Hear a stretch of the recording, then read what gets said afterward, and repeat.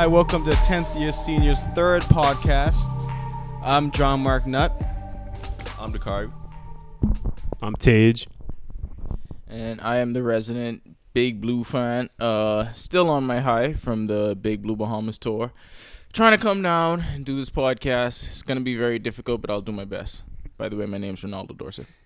Yes. So this entire week we had the University of Kentucky do the Big Blue Bahamas tour. Yes, sir. And it all started on a fine Saturday morning when we decided to go, me and Ronaldo decided to go to the gym for the practice session to get some interviews. And lo and behold, one of the saddest days of, I'll consider it my life, Ronaldo's life, happened. Ronaldo, you want to explain what happened? All right, so this is something that the entire world has been looking forward to for the past few months, ever since it was, ever since it was announced that the Big Blue Bahamas tour would be coming here.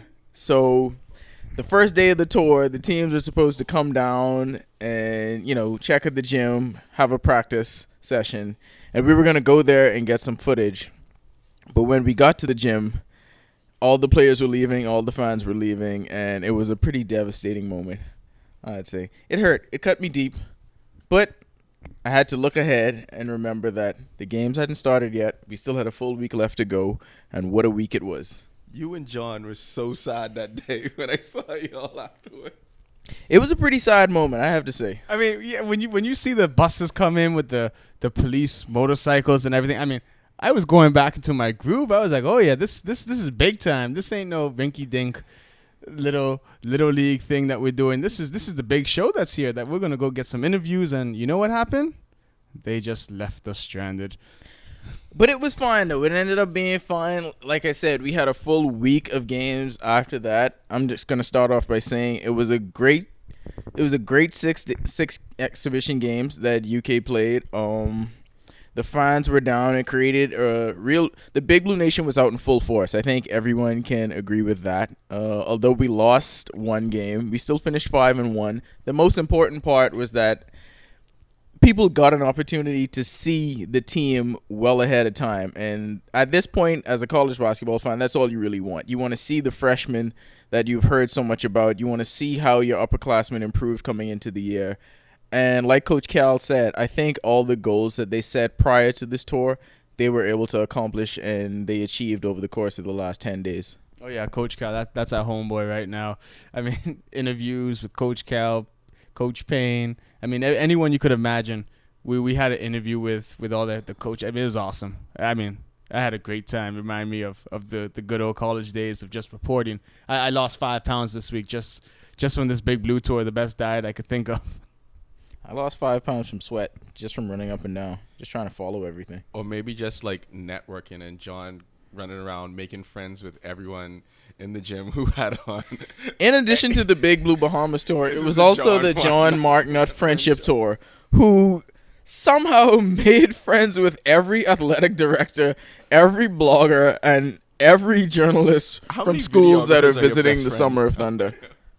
So, John, since you're friends with all these guys now, does that mean they'll send us some free stuff? Because I mean, look, if you run an athletic department, you got a Nike. I'll even wear Adidas if you give it to me. You need to send stuff to 10th year seniors, and we will rep your school, Jalen Rose style.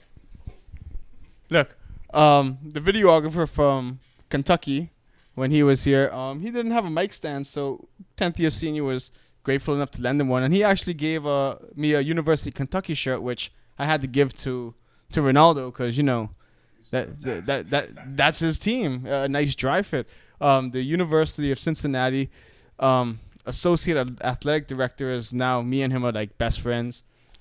I'm telling you, we're best friends. He told me anytime I go up to Cincinnati or go to any game, give him a call, and bam, I'm straight. I don't have to worry about anything. So I mean, that's my AAC companion. UCF, Cincinnati. We're still friends until we play each other on the football field. Mm-hmm. And now let's get to the tour. Let's get to the games. So over the 6 games, Kentucky played the Puerto Rican national team reserves twice. We played Champagne Charlons Reims. I'm not sure how to pronounce it. We're going to call them the French professional team. We're going to call them the French professional team. They played them twice, and then they played the Dominican Republic national team twice. And until yesterday's loss against the DR, Kentucky had a spotless record, like we said. So we finished 5-1. But the most important part about the tour was it wasn't really the wins and losses. Like I said earlier, it was about seeing what you had in the team and seeing what you can get moving forward. For me, the biggest thing that stood out was the play of the freshmen, Tyler Eulis and Carl Towns. Everybody knew what to expect from Carl Towns coming in. Since he was about 14, 15 years old, he's been a basketball prodigy with his size and his skill set. So that was a signature get for Calipari, like he always did. But Tyler Eulis wasn't one of those big names that people looked forward to and, people were impressed with when they heard that Coach Cal had signed him. He's a short guard, about 5'8" or 5'9". Okay, how could they say he's a 5-star, right? Yes. So how could they say he's surprised that they signed him? Calipari loves his 5 stars. He also loves big guards. Yeah, but it's still a 5-star. It's not like he went on and got like a 2-star, 5'9", just random point guard off the streets. Like he's not going down to like the Sun Belt level of getting a recruit. He's getting. Understood, but there are many 5-star point guards that are bigger than 5'10". I think when you look at Tyler, when you get a first glance at Tyler Eulis, first of all, you don't think that's a Division I point guard at a top-tier university, and you don't think that's a Coach Cal point guard. But when you watch him play, you get it. You understand. Isn't he from Kentucky? Like, right? Eulis. No, I think he's from Chicago. Oh, wow. He's one of those guys. I thought, I know somebody's from Kentucky. I think it was maybe the other guy. The tall wing guy. Derek Willis. Yeah, Willis. He's from. I thought maybe Eulis was like the opposite spectrums of everything. I know one of them was from Kentucky, but I thought maybe it's like a hometown, like a keep it in state type of deal. Mm-hmm. No, well, the first time I had somebody tell me a story about Tyler Eulis was when I was in Atlanta a few weeks ago, and I was staying at a hotel, and I was wearing a UK shirt, of course. And the bellman at the hotel, he came up to me. He said, we got a guy coming to your school. He's a little kid, but, he plays big. Watch out for him. And I said, what's his name? And he told me, Tyler Eulis, he's a point guard. He's going to be the leader of that team. And I'd done some research on him, but I had yet to see him play. So I said, I took it, I listened to it, and I said, we'll see what this kid has. You went on YouTube for 8 hours after that, didn't you? No, long before I had that conversation. Okay. Don't forget, the day we lost the national championship game, I posted a picture of the incoming freshman class. So I'd done my homework. Okay. Like, this is me we're talking about here. The thing is, Nile is like, compared to like most UK guys, Nile is somewhat casual about his Kentucky viewing. Think about it. So yeah, Tyler Eulis, I think he had a pretty good showing. He averaged about 9 points and 5 assists a game. And in 20 minutes of playing time for a freshman playing against grown men, I think we can project that to just get an idea of what kind of impact he's going to have on this team. Not just this year coming off of the bench, but in future years as he takes over when I presume Andrew Harrison's leaving for the NBA. What did you think about when Kentucky decided they were going to play Eulis along with the Harrison twins and tried out that lineup for a little bit? I think that was more about the assistant coaching staff wanting Tyler to get used to running the show. It was about him. It was about giving him the sense of, this is your team. There are going to be times when this is going to be your team, even with Andrew on the court. And when Andrew leaves, it's all preparing for next season when Andrew leaves and Tyler's a sophomore. Do you think? What kind of job do you think Andrew did running the team? Because he seemed like he had his moments, but I don't know. What do you think about his ability to lead the team? I think Andrew was great. He seems to be in better shape. He looks a lot faster. Offensively, he's still not as aggressive as I think he should be. He needs to work on his jump shot. But when you go back and you look at the stats, he put up pretty good numbers. Like I said, everybody played just about 20 minutes, and he averaged about 8 points and 7 assists, which I think is indicative of how his game is going to have to be this year. With so much talent surrounding him, he's going to have to be a better distributor. Coach Cal compares his game to Deron Williams. Well, at least that's who he's kind of modeling his game after. So to be like Deron Williams, he's gonna have to work on his jump shot, and he's gonna have to be a better distributor. And I think he made a lot of strides toward that goal. I tell you, I do like his court presence. Like he has like with the ball in his hand, it seems like he has complete control of the Very offense. I aggressive like big his. guard. It's just yeah, you're right. He doesn't really look for his own offense. Like if he gets in the lane, he's obviously gonna dish it. So maybe he might need to work on it. Keep asking me questions. This is awesome. I like this. Well, that's where I come in and say the stories that we heard some of the players talk about Tyler. I mean, Yeah, in the more press Tyler conferences. Eulis talk. I mean, It's my guy. some of those stories. I'll let Niall go on with the stories. The favorite one is about DeMarcus Cousins, but I mean, he's a feisty little guy. So in every post game interview, somehow his name came up. Whether we were talking to associate head coach KP or we were talking to Marcus Lee or Alex Poitras, everybody had something to say about Tyler. And the story that stood out, like John was saying, we asked Marcus Lee about Tyler, and he said this was during the summer when the UK recruits. Coach Calipari keeps a tight knit group, so all of the NBA players, the current guys, and the recruits, they all play pickup basketball from time to time. And Marcus was telling a story about the first time they met Tyler, and he went toe-to-toe with DeMarcus Cousins, like in his face, ready to fight him during this pickup game. Now, if that doesn't tell you everything you need to know about a 5'10" point guard, then I don't know what will. 5'9.5". And I think I want a crazy person going to war with me to win the national If championship. you're a 5'9" point guard, you better be a crazy person running into those trees over and over again. I feel like you have to be crazy like at a certain level. All right. Before we move on, another thing about Tyler Eulis, and I promise this is the last thing, maybe. But Alex Poitras also called him his favorite player to watch on the team. Now, when your teammate, the junior on the team, he's the elder statesman, and when he calls you his favorite player to watch, I think that speaks volumes about what they expect from you. Yeah, Kentucky put on a great show here. It was awesome to just have them here. You have that blue chip pedigree school that brought down at least 1,000 fans at the minimum. Yeah. To come watch these games. It's Like a I said, great experience. I mean, and we were you're literally on the court. You're on the court next to these people like Roman. You could do whatever you want pretty much. It's just an awesome experience. And John, just a quick question. What was it like for you watching the game, watching all those players from the perspective of a photographer? So you were right there on the baseline. You got to see them, how hard everyone played, what the effort was like on almost every single play. Just speak a little bit about that. The best part of it is you get to hear the smack talking up close and personal, and how genuine they don't like the referees at some points. It's like they just go on the referees, and this is an exhibition, so the referees really don't want to call any technicals. But I mean, if that was a regular season game, I guarantee a bunch of those players are going to get teed up. But at the same time, you get to hear them what they're going to be running. I mean, at times they'll call the play in front of you like, oh yeah, we're going to do this and this. So on the court, I know I have to have the camera to go. But it's just great. The only thing is you don't want those big people to run into you. That's the scary part about it. I mean, the camera guy from ESPN got whacked like 100 times today. Like they just ran into him, and it was just like, thank God I wasn't sitting there. Now, the other freshman, we didn't get to see Trey Lyles. He's still recovering from a leg injury, so he was sidelined along with Willie Cauley-Stein.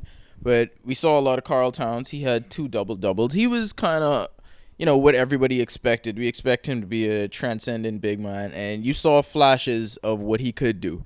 I think his teammates kind of make fun of him for, being that guy that his energy level is always on 10 and he says the right things and does the right thing. But he had a pretty good showing. Devin Booker, he kind of struggled a bit shooting the basketball, but again, you could see flashes of what he could become. He has a real scorer's mentality, and that is very useful for a wing player in college basketball. How do you think Cal is gonna juggle that big man rotation? Because I mean, they have Towns and Cauley-Stein, and then what's Dakari Johnson and Mark. Like all those guys could play. I mean, A slim down Dakari Johnson, by the way. He said he's down to 230. He looks a lot faster than he did last year. He ran the floor pretty good. When he was plodding around the court. He ran the floor pretty good, but like, who do you think is the odd man out in this rotation? Like Coach KP said, that's why they pay Coach Cal the big bucks, so he's gonna have to figure that out. I think you're gonna have to start Willie Cauley-Stein. He's the best defender. Yeah, just out of respect, and also because he's the best defender out of that group that you called. I think there's going to be a lot of offense-defense substitutions going on. Like, when he needs to dump the ball down into the post, you're going to have to go to Dakari because that's something that Willie can't do. Yeah, he can. He's the best post player out of that group. Offensively, he's the best post player. I think Towns still right now Towns is a bit raw. So I would still say Dakari is a better post player than him at this point, just because he has a softer touch around the rim. I know Ronaldo could go on for hours upon hours of this talk, but I want to bring up what was the biggest upset of the tournament that we had. UNC came down and they were defeated by a local squad, the Providence Storm. That was some game. How surreal was it to see the great Roy Williams, how much not, like 2 national titles in a chess match, like going at it sideline across from the sideline with KJ. Like, how, like, was that, like, that was surreal. That was nuts, Roy Williams may have 2 national titles, but KJ has won 5 Hugh Campbells. 5. Not 1, not 2, not 3, not 4. 5 Hugh Campbells. Do you know how quick his turnover rate is? And he does it again with different teams, with small teams, with big teams. KJ is a versatile coach, all right? And KJ had these guys for, about a week or 2, and he coached them to beat like North Carolina. Well, and then don't forget C.I. Gibson and the very high academic standards is really hard. Well, of course, the graduation rate at C.I. Gibson is stellar. I don't have these stats in the front of me, but I'm gonna say that it's the best in the country because I believe in the Rattlers. But yeah, it like Tate said, it was a surreal experience. It was the best game of the Summer of Thunder so far, and I think it's gonna be very, very hard to top that. You know what the best part was? Roy Williams came in there with his Coke cup, just drinking his whatever he has in there, chilling out, having a good time. Yeah, Tommy Bahama shirt. Prepared to chill out. Talking to the boosters, And then it's all of a sudden the game starts progressing and Coach Williams is like, okay, what's going on? And then he starts coaching. It's like, if you would have told him he had to coach in the Summer League game, never would have guessed he would have been like, are you Not kidding only me? was he coaching, he was stomping, he was sweating buckets, he had to take off his glasses. He was like getting into it, like he got like that's what was so ridiculous. Like the ref will make a call and then you got Roy Williams on one end just getting into it with the ref, and then the ref make another call and you got KJ just like on the same court. Like, I never in my life thought I would see something like this, and it was awesome. But I mean, you have to think, one of the best recruits in the country actually played in that game for the Bahamian team. Yeah, that's something that North Carolina did. They didn't see that coming. They didn't depend on that when they booked the trip to come down to the Bahamas. The top ranked recruit from for the class of 2017, DeAndre Ayton. He's a 6'10" kid from the Bahamas.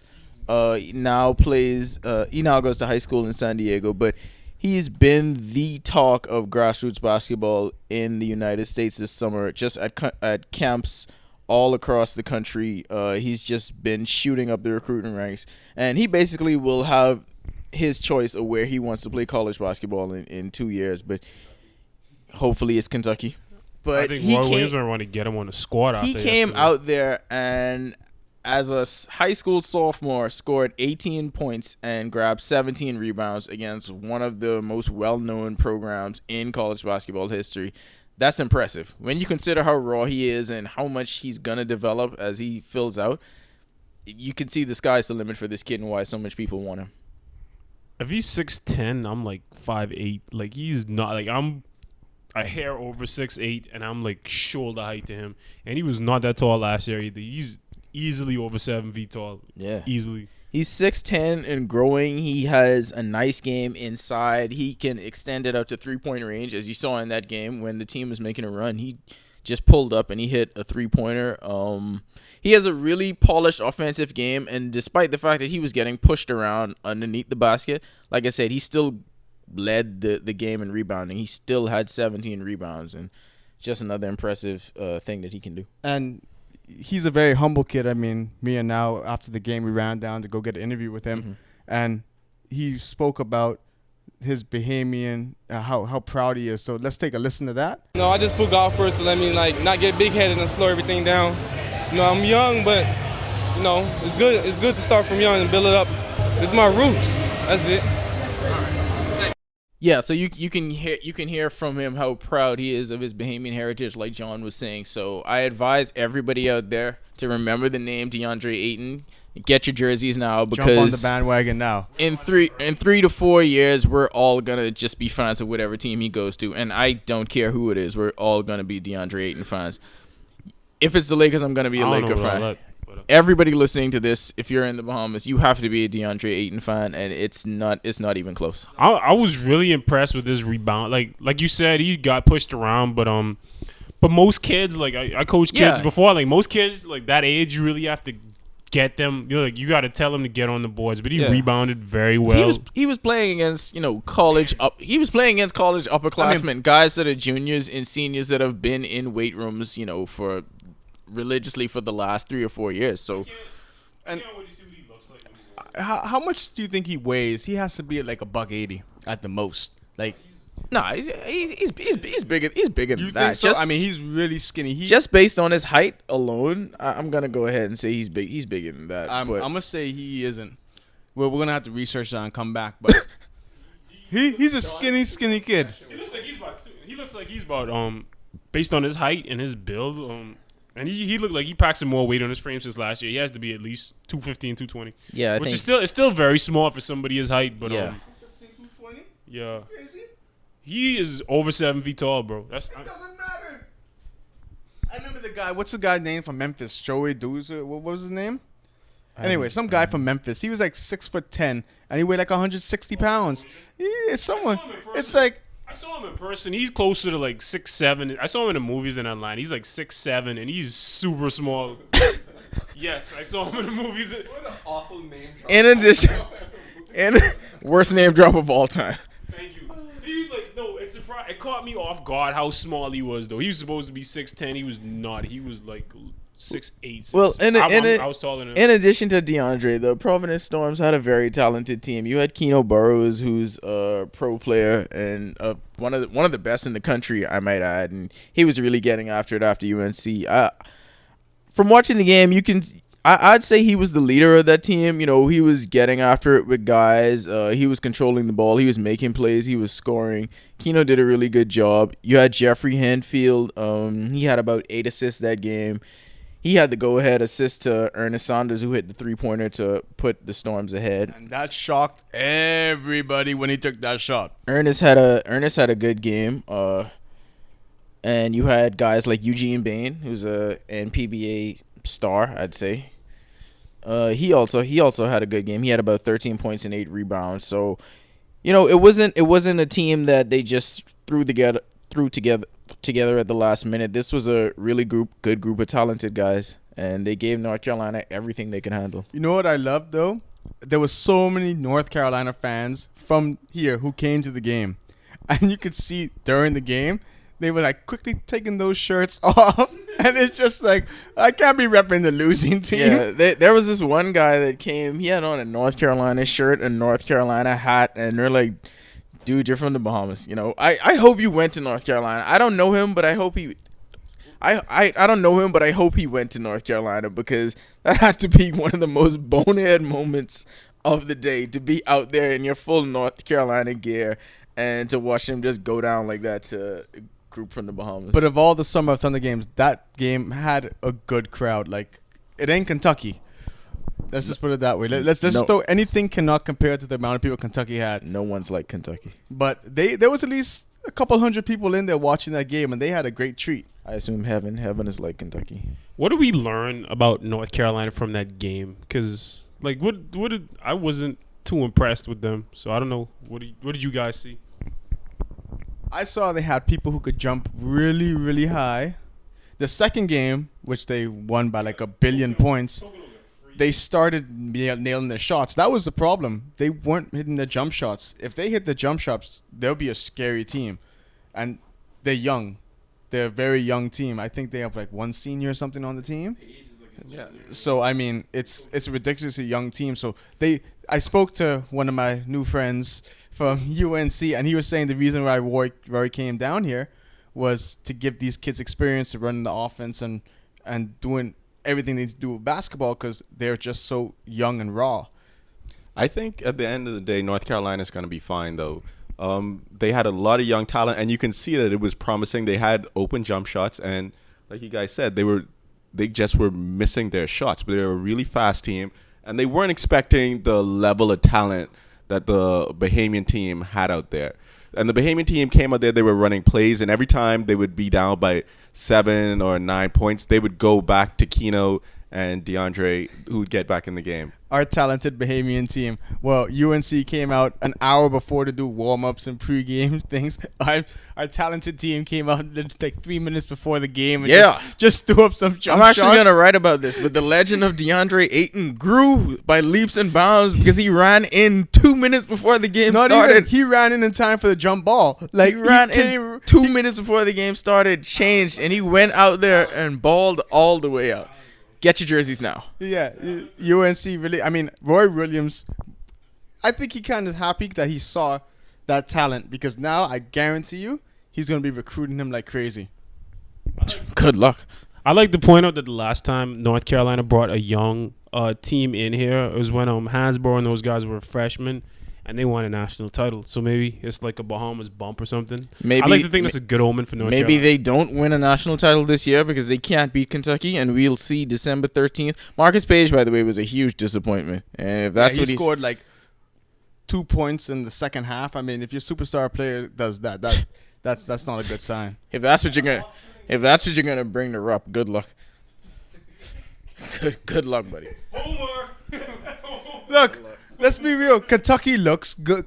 Kentucky was amazing. We have 2 point guards better than you. 2. And you have twins who are better than them. It's like, trust me, no. Kentucky is a great team. Justin Jackson. That guy is awesome. That's our guy. All right, well, we have to go to... Fine, he'd be the 13th man in our rotation. 13th man. All right, we're going to go to a commercial break, and when we get back, we'll have a classy and not classy segment.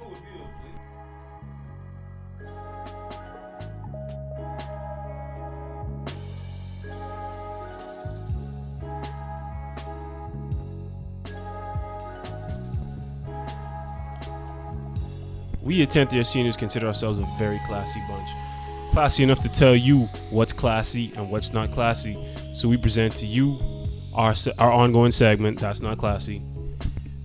Now, the police chief of Ferguson, Missouri, Thomas Jackson, your cops killed a guy, and then you shot rioters and whatnot.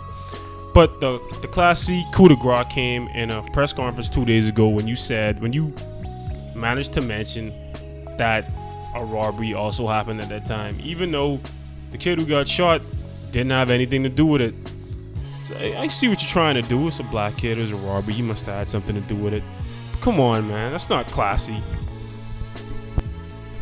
Greg Zipadelli, the Stewart Horse Racing Competition director and overall bonehead who had the biggest gaffe of the week, following the tragic death of Kevin Ward Jr. at the hands of Tony Stewart. The next day, Stewart was scheduled to appear at Watkins Glen to race, and Zipadelli issued the statement according to USA Today, and I quote, "We're business as usual." Now, after a 20-year-old kid dies on the racetrack at the hands of the driver that you're associated with, it's never business as usual the next day. So, Mr. Zipadelli, that's not classy.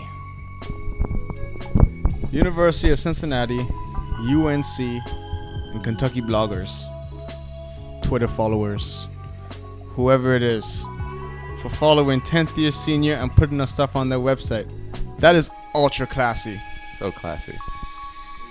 Quiet clap. War Machine, Ultimate Fighting Champion. You, my friend, are not classy. War Machine recently had a domestic violence, not even a domestic violence dispute. He beat up his ex-girlfriend and left her. She had to leave her house fleeing, running naked through the neighborhood. You gotta say who his ex-girlfriend His is. ex-girlfriend She's an artist. she's an artist. Her name is Christy Mack. She might be one of the greatest artists of the 21st century. And what he did to her was just more than unacceptable, but with like the rash of domestic violence incidents that we have going on, like stuff like this has to be highlighted and people have to know anything like this is just completely wrong. And this guy just, we can't curse on this podcast, but not classy, War Machine. And that's gonna bring our third podcast to a wrap here. Very Kentucky centric Summer of Thunder. It was a great experience. Visit 10thyearsenior.com for photos, videos of the teams. You see that UNC upset, photos of Kentucky. Tweet us, follow us, do it at 10th Year Seniors, and we're out.